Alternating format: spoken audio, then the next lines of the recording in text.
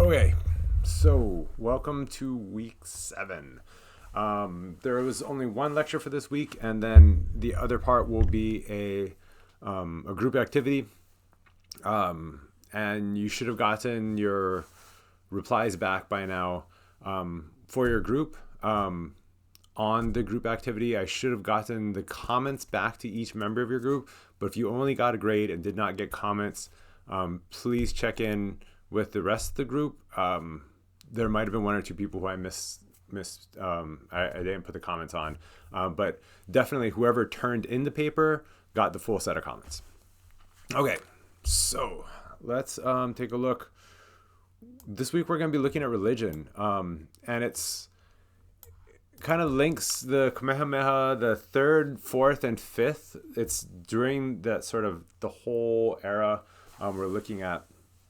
And we're not just going to look at the idea of what's happening in religion at the time, but we're going to look at religion as a structure, and specifically the church, the Congregationalist Church in Hawaii as a power structure, and who controls and who has power over that structure. We've been doing that for the most part with politics. We've been looking at who runs the political world of Hawaii, going all the way back to Kamehameha. But let's look at religion, because when we last really looked at religion, it was just Ka'ahumanu ended the Kapu system and eventually embraces Christianity. Hawaii becomes Christian, and then the missionaries have a lot of influence.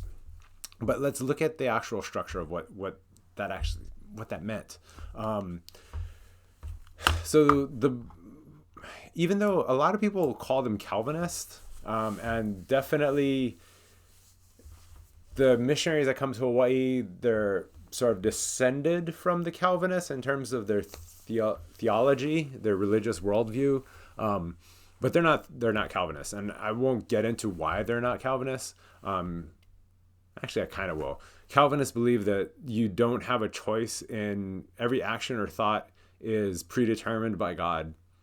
He knows ahead of time, so it doesn't really matter what you do. You cannot save yourself; only God can save you. So your actions on earth may be a reflection of whether or not God is going to save you, but you cannot do good things in the hopes that God will save you because of those good things, because no one is that powerful, only God. That's Calvinism. The Congregationalists, the ones that come to Hawaii, are much more along the lines of you never know if you've done enough to get into heaven, but you can work to get into heaven. And this is sort of the Congregationalist view. They're called Congregationalists because every church is really formed by the congregation, and the congregation in Congregationalism is supposed to decide, who their pastor is, what their services are like, etc. And in New England, the Congregationalists are there's usually a first congregation, second congregationalist, third congregationalist church in these small New England towns, and that's because if there's a disagreement in the congregation, they break up and create a new church, because you can't have major disagreements within the congregation. It ruins the congregation, but you can always just form a new church and form a new congregation. Their religious view during this era, right? It's going to change. Modern Congregationalists are incredibly different than 1900 Congregationalists, who are incredibly different from the 1820s Congregationalists. But the worldview in the 1820s, when they come to Hawaii, and this will continue with most of the Congregationalists in Hawaii up until around 1900, is that essentially the world is split into two sides. There are no sidelines. There's no gray area. There is the side of Jesus. There is the side of Satan. There is nothing in between. If you're in between, you're actually on the side of Satan. If you're doing nothing, you're on the side of Satan. If you're actively being bad, you're on the side of Satan. The only way you can be on the side of Jesus is if you're actively working to help the Christian world expand. So mission work, etc. And even then, because you have all of these sins, everyone has all of these sins they're carrying around, the question is, have you done enough? You never know if you've done enough to be on the saved side. Other people can't know. You can't know. Only Jesus can know. So the only thing you can do is constantly work. You have to watch every thought, every action. You have to judge, am I pursuing the expansion of the world of Jesus, or am I working against it? Am I part of Satan's army? this is very much sort of this is the view that they brought to Hawaii. This is the Congregationalist worldview in New England in the 1920s and it's 1820s, and it's going to be what they bring to Hawaii, and it's going to be how the Hawaiian Congregationalist Church is going to see the world. Satan and Jesus are both active in the world around. They're both constantly fighting each other through us, and therefore, every single action is judged like that you do or other people do. It's judged as like, is this an action for Jesus or against? And it has to be, again, there's no passive action. There's no neutral stuff. You're either pursuing things for Jesus or you are pursuing things for the devil. And so we see, we see this. Oh man, when they get here, the missionaries look around, everything they see is Satan's doing. And some of this is because there's things they've specifically defined as sort of satanic. For instance, any other religion, even Catholicism, they're like, we think it's probably Satan. Like Satan is taking over part of a Christian church. So anything religious they see in Hawaii is automatically Satan's doing. So any sort of, for instance, any sort of religious practices is Satan's doing. Anything that calls upon the gods, and medical stuff, the kahuna la'au lapa'au, there's a lot of prayer that goes into alongside plant-based medicines and massage and all these other things. There's prayer, therefore Satan. When you carve a canoe, you pray. So if you pray while you carve a canoe, Satan. Everything's Satan. But one of the things they focus the most on is the body. They're convinced that anything not conforming to the gender norms of New England and the sexual norms of New England is inherently satanic. I mean, these are historically sex-obsessed people. Like New England Christians of the era were pretty sex-obsessed. And the idea is that the body is part of the earth and therefore inherently like satanic or bad. And anything you do to pursue sort of happiness for the body is like questionable at best and probably Satan. So one of the things that they're big on, this happens under Ka'ahumanu and then under Kamehameha III, is they ban all these forms of what's called hana le'a. So hana is an action and le'a is like fun, enjoyable. So these are things that are done for fun and for enjoyment, where the main sort of purpose is these are fun things to do. So hula, there's hula that's religious in nature, and then there's hula that's just like, having fun, like hanging out with your friends, doing hula. That's Satan. Sports, Satan. Especially sports where you're gambling. So like foot races, they're like, that's Satan. Part of this is that if you're participating in these things and you're focusing in them, you're putting energy into something that isn't Jesus, and therefore obviously like that is bad. Another part is that all of these are, especially in the Hawaiian context, all of these, like there's an aspect of celebrating the body with like hula and sports. And when you read through a lot of whole like Hawaiian stuff, it's the body is very sort of present in people's minds about like, there's a lot of this sort of like celebrations of like the virile body. In Mo'olelo, etc. There's like, when they talk about like in all the stories, like when a chief first sets eyes on a chiefess, she's surfing and she's beautiful and she's a wonderful surfer and her back is as straight as a cliff, and like there's all these, like the body is sort of celebrated, and these sports, etc., like they're physical expressions, like they're all about the body, and so they're Satan. Obviously keeping the body covered is a big part of keeping Satan's evil thoughts out of your brain. So we start seeing them push the holoku, and this is a picture of Tahitians wearing a holoku, but it's not like the mu'umu is mu'umu sort of shrunken or like cut off or maimed. It's a short dress, right? Mu'umu starts over here or over here. The holoku is full length down to here. It's all the way up to here. It's a holoku. And so they're pushing this like, oh, you guys have to cover your bodies. You definitely can't have sex outside marriage. They're really big on that. And you see this over and over again in, in a lot of the descriptions of stuff, that they're very concerned that Hawaiians are having sex outside of marriage. So pushing sex laws is important. Yeah, God. Essentially anything physical, any hana le'a, any religious stuff is inherently bad. And then there's a lot of things where they're just like, hey, is it a Hawaiian thing? Well, we didn't do that in New England. It must be a Hawaiian thing. Hawaiians are like, the Hawaiian Pass is just dripping with Satan. Therefore, all the Hawaiian things are bad. And you see some of the missionaries, I mean, just pushing any aspect of Hawaiian culture that's there. They just want to stamp it out. Part of this is about religion. Like, part of it is their religious beliefs. I mean, they're in New England. These are also the stick up their ass, boring dudes. Like, that's who the Congregationalists are in New England. They're the same people when they come to Hawaii. But in Hawaii, it's also about power. One of the things that they're doing is they're convincing Hawaiians that anything that they do with their bodies, anything that they do in celebration of the Hawaiian Pass, anything they do in connection to each other is evil. And the only ones that have the solution to this evil are the ministers and the religion. The only ones that can guide them to not be on the side of Satan, the only ones who can guide them to be on the side of Jesus, are the ministers. And so they have to put absolute trust in the ministers for their mortal souls. And you know, a big part of one of the reasons Hawaiians really sort of got into this, one is that Hawaii had already been a very religious place before Ka'ahumanu ended the Kapu system. And two, people are dying.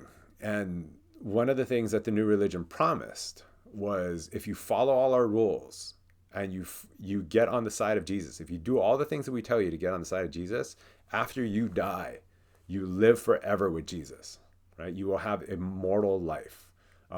You will have the ola ho, the new life, as long as you follow all our rules. And, you know, when you're seeing people drop constantly, that's a powerful promise. So a lot of people, they embrace this these new sets of rules, etc., because death is so present that this was the promise of something after death, because you're probably going to die early. Shit, that's depressing.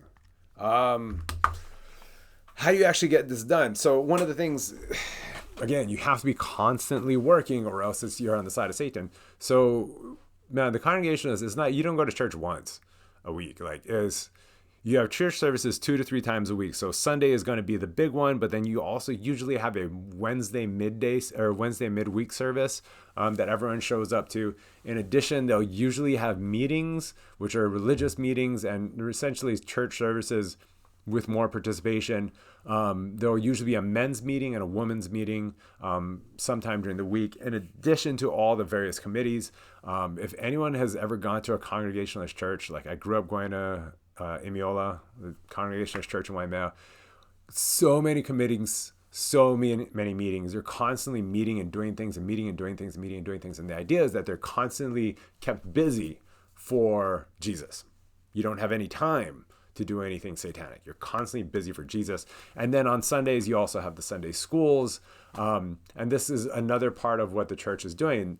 This is like, one of the things the church did was they made it incredibly important for you to become literate, because if you're literate, you can read religious texts. And if you can read religious texts, you have it's one more thing that you can do to prevent being, on the side of Satan. So they produce a lot of schools. Lahaina Luna is one of the first major schools, but there's small day schools. There's the Sunday schools where adults would, early on, it's a lot of adults. That's where they learned how to read, was in the Sunday schools. And then later on, the Sunday schools are mostly for the children, where they'd have religious training. And then the day schools, most of which are going to be by Kamehameha III's reign. He's going to fund the schools, but they're going to be taught and managed by the Congregationalists.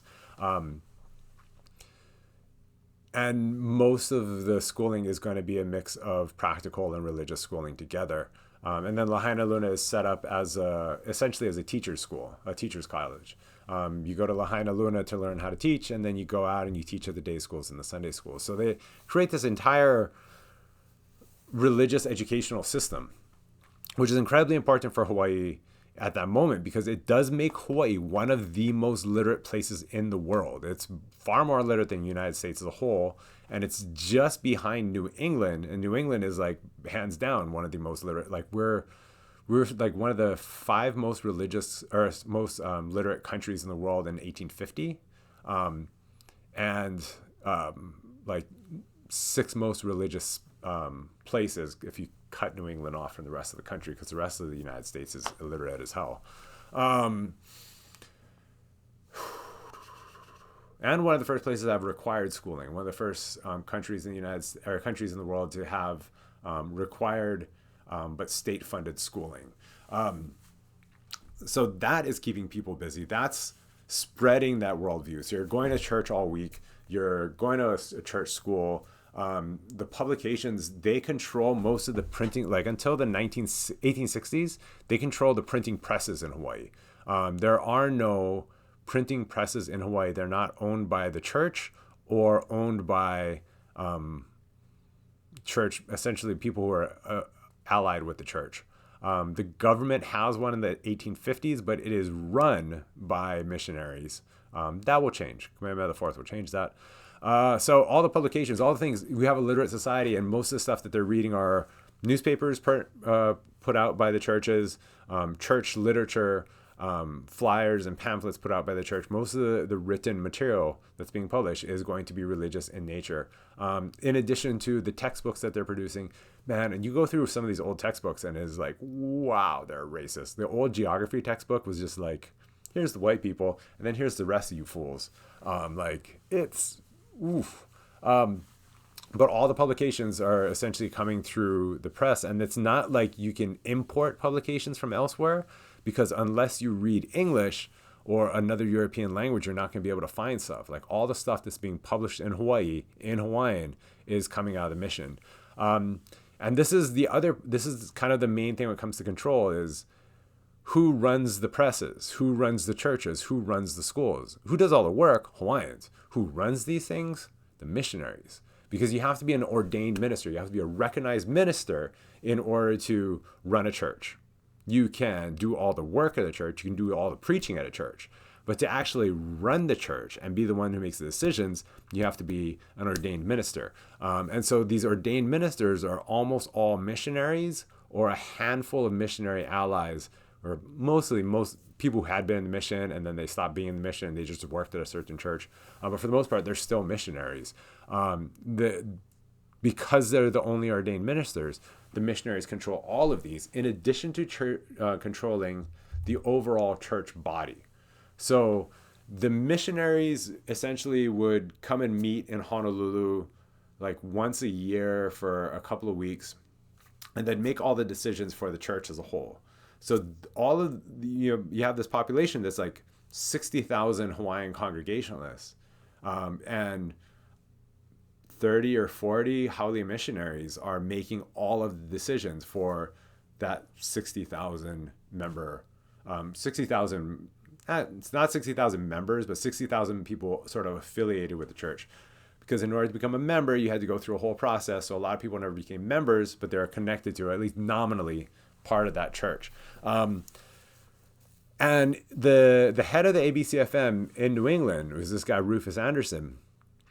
He'd been pushing from like the 1830s to just be like, hey, they should be an independent church. Like, we didn't send you guys to Hawaii so that you could set up a missionary controlled church forever. You were supposed to go train Hawaiians to be ministers. The Hawaiians take over the church and you leave. You're not even supposed to be there anymore. Why are we still sending you money? Especially because it seems like you guys are trying to run Hawaii, not so much try to create an independent church that the Hawaiians can take over. And the ABCFM missionaries, they refused to give power. 1846. In 1846, I should change that. Okay, 1846. Eight. In 1846, he shows up in Hawaii, and he's basically Anderson spends like 2 or 3 weeks just putting the missionaries on blast and just yelling at them like, what are you doing? You guys are trying to create an empire or like a kingdom here for yourselves within the Hawaiian kingdom. That's not why we sent you. You were supposed, and he talks to a bunch of the Hawaiian Christians, and he's just like, they're ready, they're fine, they should, like, they're doing all. When you actually look at the churches, who's doing all the preaching, who's doing all the actual religious work in the churches? It's the Hawaiians. Why are the Hawaiians not ordained? What is going on with you? Why are you taking so long? And so he yells at them and screams at them. They promise to change some things. They ordain a couple of Hawaiians and then send them out to churches in the middle of nowhere.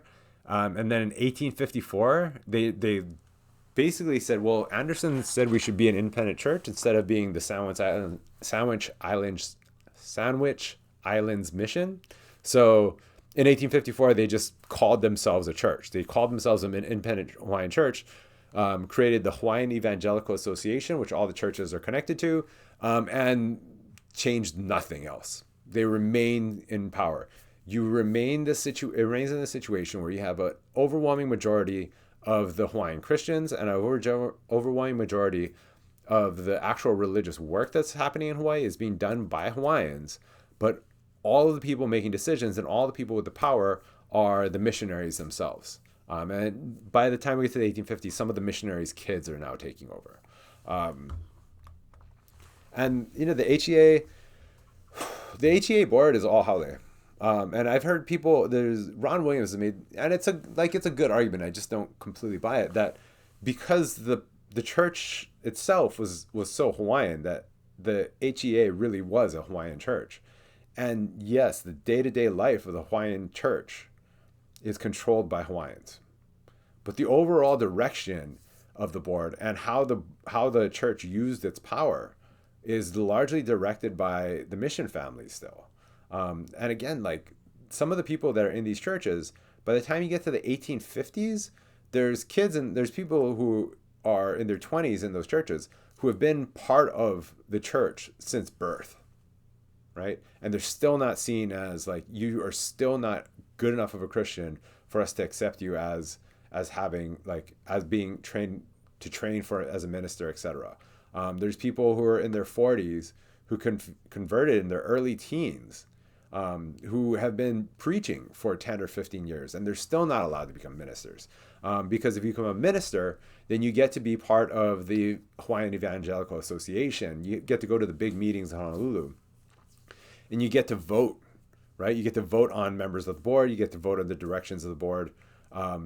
So they don't allow the Hawaiians to become ministers.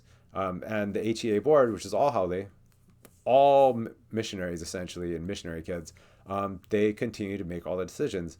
The other thing is, as a minister, even if like someone else is doing all the preaching in a church, and some of these haole ministers have like Reverend Lyons in Kohala, he had like 9 or 10 different churches, and he would go to like 1 or 2 every Sunday, but the rest of the time, the Hawaiian lay ministers, the Hawaiian ministers that are unordained, they don't have sort of official, like you get your minister badge, but they're doing all the work. They don't have control over those. He has control over those, even though he might only go to that church maybe once a month. But as ministers, they control who get to become members. They can get to control the church funds. These are all things that in New England, congregations control, and they choose the minister. In Hawaii, the ministers control, and the ministers choose who can be in the congregation. It's the exact opposite of New England congregationalism. And they can not only refuse to let people in, but they can threaten to kick people out. So what we'll see by the 1850s is people who are doing things in opposition to what the church wants politically will be threatened with expulsion from the church, because the ministers are all missionaries, and they're just holding on to that power. And again, 1853, 57,000 Hawaiians in this church, and they're being run by a board of less than 100 haole ministers. And And this gets into, what is a minister. So ordained ministers, the lay teaching, the actual teaching, the people who are sitting down and teaching the Sunday schools, the people who are doing a lot of the preaching, the people who are leading prayers and leading the choirs, etc. in the churches, are predominantly Hawaiians by now. However, they are unordained. Ordination is power. Ordination is the official recognition by the other ministers that you are a minister. As lay ministers, they don't have that. So they don't have power. And Anderson, this is one of the things Anderson kept saying, is like, we have these guys who clearly should be ministers. Why are they not ministers? And the missionaries keep saying, oh, the Hawaiians, they're too close to the devil, etc. But it comes down to they don't want to give these guys power. And so they end up ordaining 4 ministers in 48. David Malo, who is probably one of the most prominent of their followers. David Malo is in His Income III's government. He's incredibly well known on Maui. They ordained David Malo, and then they send him to Kihei. And if you've ever been to Kihei, now imagine Kihei now is this weird strip mall of a town. It's just this long strip mall. It's predominantly aimed at tourists. But Kihei before, you take all that out, what you have is nice beaches, okay fishing, actually pretty good fishing, and lava and Keawe. That's all there was in the 19. Actually, I don't even know if the Keawe was there yet. So it might have just been lava and peely grass. That's it. And so they send him out there, and he has this tiny church, and he's the most prominent. The other ones, most of them weren't even given their own churches. The others were okay, you get to be the backup minister for some holiday minister. And the excuse they keep giving, Hawaiians are too close to Satan. The Hawaiians are too close to Satan. They're too close to the Hawaiian Pass, etc., to be trusted with any power. But the reality is, these missionaries have had real power in Hawaii from the 1830s onwards, because they were the religious leaders for Hawaii, and they don't want to give up that power. On the other hand, you also have a lot of Hawaiians that are nationalists, who, under Kamehameha III, going to Hawaii, the Hawaiian schools, they're trained in national history as well. They see Hawaii as part of this sort of brotherhood of Christian nations. They're constantly talking about Hawaii because we have international recognition, because we're a treaty power, as okay, we're a small, weak nation, but we're a nation and we're recognized by these powerful nations. And the Congregationalists who are nationalists, they're incredibly grateful to the missionaries. Malo is constantly sort of talking about how grateful he is to the missionaries. But they want to have more power for Hawaiians in the church and in the government. And you see in their writings, they're less interested in condemning Hawaii. So Malo will write a lot of stuff about Hawaiian tradition, and he'll say stuff like, oh yeah, we were just horrible, Satan-loving, blah, blah, blah. Now let me detail things out and actually leave a lot of the editorializing out, just kind of detail how things are, versus a lot of the missionary stuff where you'll see them much more every other line is just and this is how they were Satan, blah, blah, blah, and this is how they were Satan, blah, blah, blah. The Lahaina, at Lahaina Luna, where all these Hawaiians are trained, their essays are on things like, why are your forefathers burning in hell? That's an essay topic. And the missionaries are trying to push that really hard, but a lot of the Hawaiians that come through that system, even though there's definitely a discomfort with the Hawaiian past, even though they're definitely all aboard for this Congregationalist worldview of Jesus versus Satan, they're much less interested in condemning the Hawaiian past, because they do see themselves as connected to it. And they're much more interested in celebrating a national history and a national future. They'll kind of leave out a lot of the religious stuff and just talk about Kamehameha, right? That's the national history they're going to talk about, and they'll look at this sort of national future that they're imagining. And a lot of them are increasingly imagining it as, well, when are we going to get to run our own church? We are the church memberships. We're trained. We're educated. Why don't we get to run our own church? And we do see a push for that. And one of the places where Hawaiians are going to sort of act in order to claim more place is going to be Native mission work. So we see a bunch of Hawaiians, about 100 or so families, will leave Hawaii and become missionaries. So there's already Hawaiians that are doing mission work in Hawaii that are going to other parts of the islands, and like doing mission work, creating revivals, etc. By 1852, most people in Hawaii had converted to Christianity anyway, so there's no one to really convert. And we start seeing more and more of an effort to do foreign mission work. And the argument that the Hawaiians that are pushing this are saying is, this is how we're going to prove that we're just as good at Christianity. We're just as Christian as the Americans. The Americans proved their Christianity by coming here and sharing it with us. We're going to prove our Christianity by going to the Marquesas and going to Micronesia and sharing our Christianity with them. And this is partly just, this is, again, that congregationalist worldview. You have to be moving. You have to be doing something, or else you are on the side of Satan. But another part of it is that they're showing that, like, hey, we're also capable. Now, will you please back off, and let us run our church. And so at first they're sent to Micronesia as helpers in 1852, but by 1854 they're full-fledged missionaries, and they actually send 1852 they're going with the American missionaries from New England to Micronesia.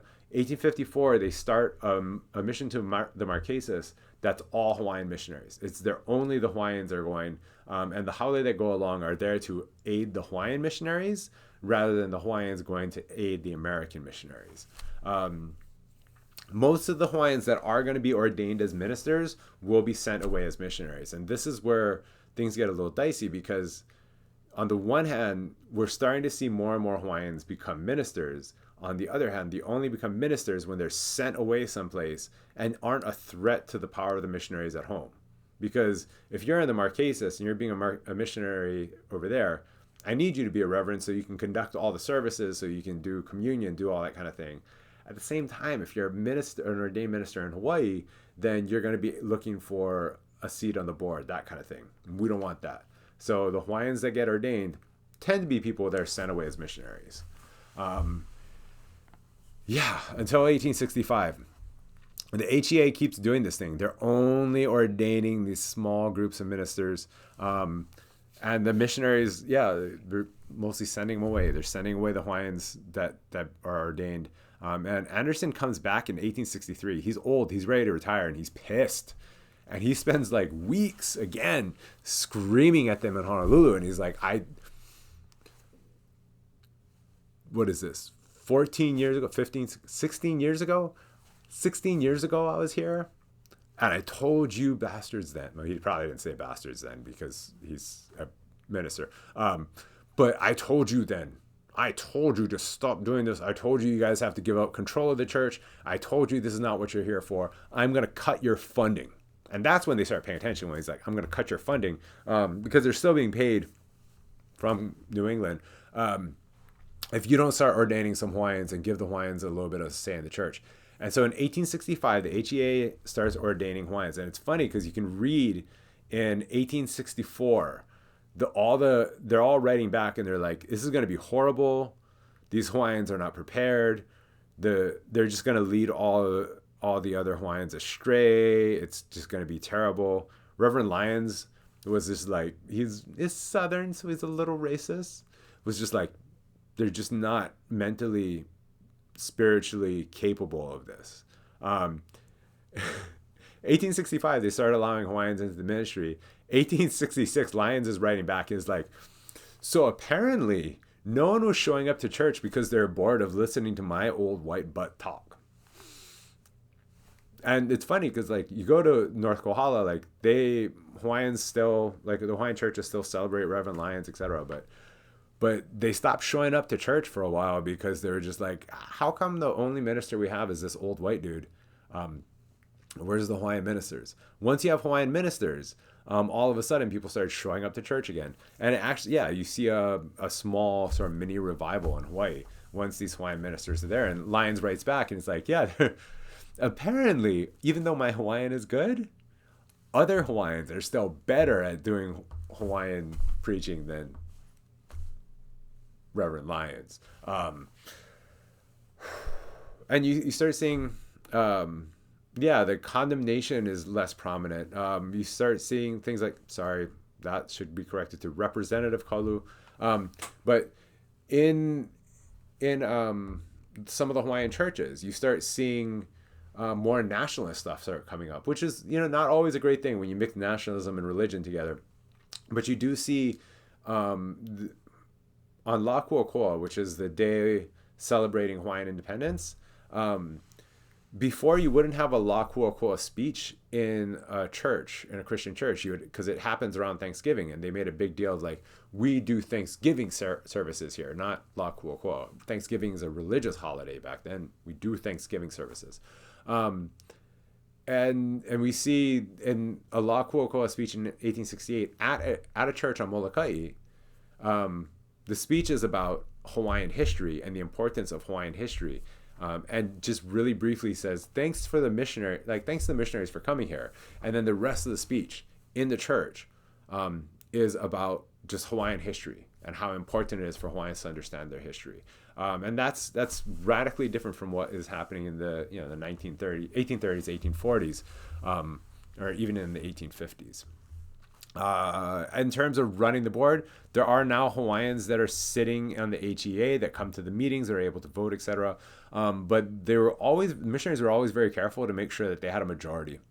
Like, even the Hawaiians that they're like, these Hawaiians will always vote with us. And that's honestly who they're going to allow to become ministers. Even then, they weren't going to allow those Hawaiians to have a majority on the board. The votes are still predominantly missionaries and mission kids. However, by the time you get to the 1860s, another reason they're starting to ordain Hawaiians is because there's other options. If you're a Hawaiian and you don't want to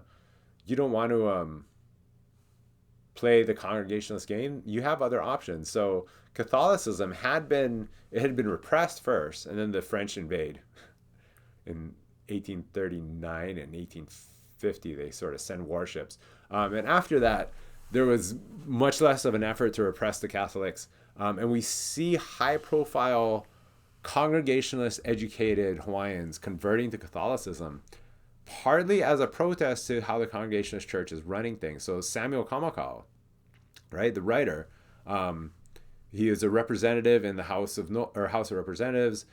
He's a newspaperman. He's well recognized. Samuel Kamakau converts to Catholicism in the late 1850s, early 1860s, partly because he's tired of being manipulated by the Congregationalist Church. As long as there's a Congregationalist, they can always threaten to expel him. He basically has to conform, and he doesn't like it. He converts to Catholicism. A number of other high-profile Hawaiians of the era convert to Catholicism. Mormonism is growing in Hawaii, so you see a lot of people convert to the Church of Latter-day Saints. You see traditional practices that remained and then start coming back in the 1850s, 1860s, like hula, like la'au, lapa'au, that include religious elements. And we start seeing more and more Hawaiians somewhat openly embracing quasi-religious parts of the Hawaiian culture alongside Christianity. Basically, by the time you get to the 1860s, you have Hawaiians that were raised as Hawaiian and raised as Christian, and they're much more comfortable combining the two together, where the first generation of converts were very much like, oh, we have to get rid of all the Hawaiian religious stuff, or else, like, because that's all Satan. The second generation is much more likely to just be like, you know what, I was raised with both, and I'm keeping both, little elements of both. And then you have the secular nationalists who don't trust the HEA, and are looking for options. And so this is like Kamehameha IV, Kamehameha V, and a lot of them are, they're switching over to other religions. And this is also where the Anglican Church comes in, where Kamehameha IV and Kamehameha V, Kamehameha IV brought over the Anglican Church from England. He had asked Queen Victoria, like we talked about before, asked her for a priest, and he got a bishop. And so for a lot of the elites, and especially Oahu elites, a lot of the elite Hawaiians on Oahu convert to Anglicanism as a way to be out from under the thumb of the Congregationalist Church. And that's it. You have your other assignment for this week, and that's about it. I'll see everybody on week 8. Oop, that's not off. I have to remember how to turn this off. There we go.